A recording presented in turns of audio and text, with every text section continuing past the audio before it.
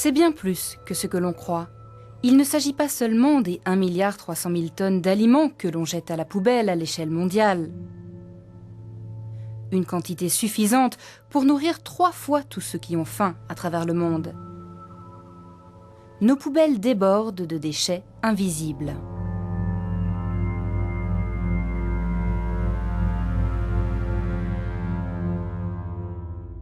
Au nord, au sud, à l'est ou à l'ouest, la perte et le gaspillage alimentaire nous concernent tous. Dans les pays en voie de développement, 1/3 des aliments pourris parce que les solutions de stockage et de transport font défaut. Dans les pays industrialisés, la même quantité de nourriture finit dans les poubelles de la grande distribution, de l'hôtellerie et des foyers.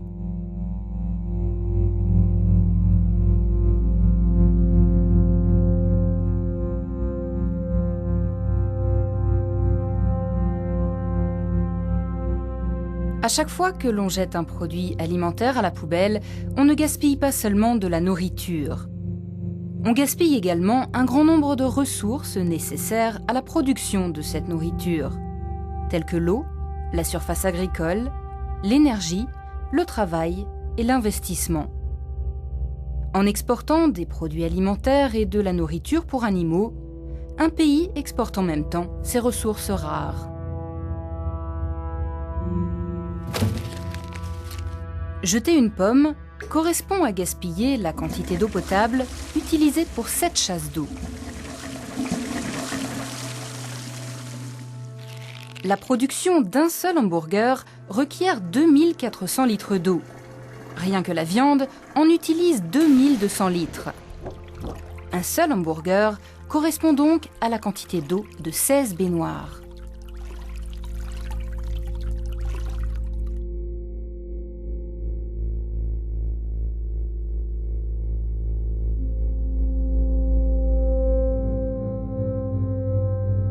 Le gâchis du lait et de la viande est particulièrement grave.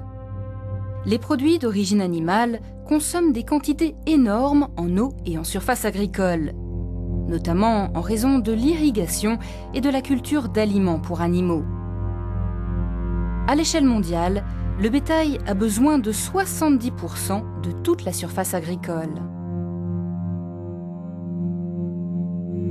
Pour un steak de 200 grammes par exemple, on a besoin d'une surface agricole de 7 mètres carrés. Cela veut dire qu'avec chaque steak que nous jetons à la poubelle, nous gaspillons une surface agricole qui pourrait servir à cultiver 27 kg de pommes de terre.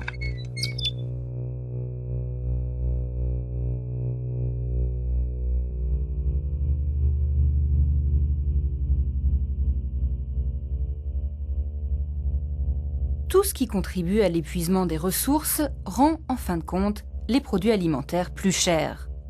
Ceci vaut également pour les surfaces agricoles.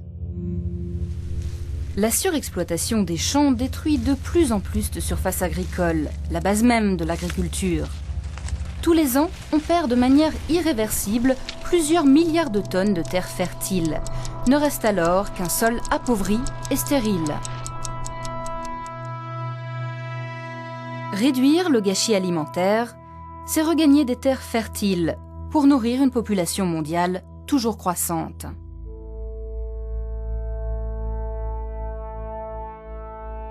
La production industrielle, le stockage et le transport d'aliments et de fertilisants sont énergivores. Mais la transformation et la congélation des produits alimentaires requièrent encore plus d'énergie. L'élevage de bétail toujours croissant produit plus de gaz à effet de serre que le secteur du transport dans le monde entier. Le gâchis alimentaire est donc l'un des facteurs cruciaux responsables de l'émission des gaz à effet de serre.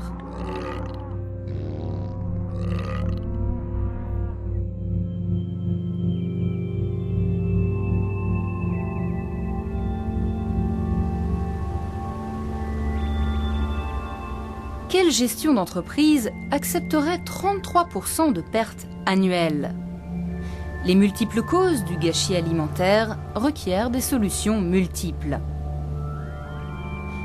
Dans les pays en voie de développement, l'attention doit être centrée sur les infrastructures.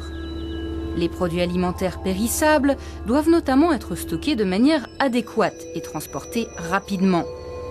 On peut réduire de façon significative les pertes post-récolte grâce à une meilleure logistique et à des garanties d'achat à long terme.